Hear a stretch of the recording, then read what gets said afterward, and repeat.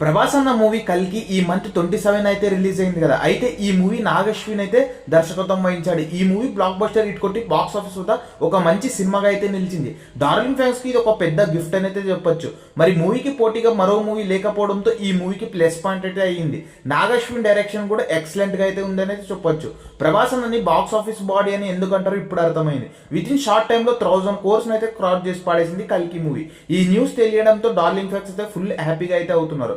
1000 కోట్ల కలెక్షన్ ని కొట్టడంతో కొన్ని థియేటర్స్ దగ్గర సెలబ్రేషన్స్ కూడా చేశారు. ఇందుకు స్పెషల్ గా ప్రభాస్ అన్న ఫ్యాన్స్ కోసం ఒక వీడియో అయితే రిలీజ్ చేశారు. వీడియోలో ఏం చెప్పాడంటే ప్రభాస్ అన్న తన లైఫ్ లో ఫ్యాన్స్ ఎంత ఇంపార్టెంట్ చెప్పాడు. ఫ్యాన్స్ లేకపోతే తను జీరో అని కూడా చెప్పాడు. ఎంత నా ప్రభాస్ అన్న స్మైల్ తన మనసు గ్రేట్ అనేది చెప్పొచ్చు.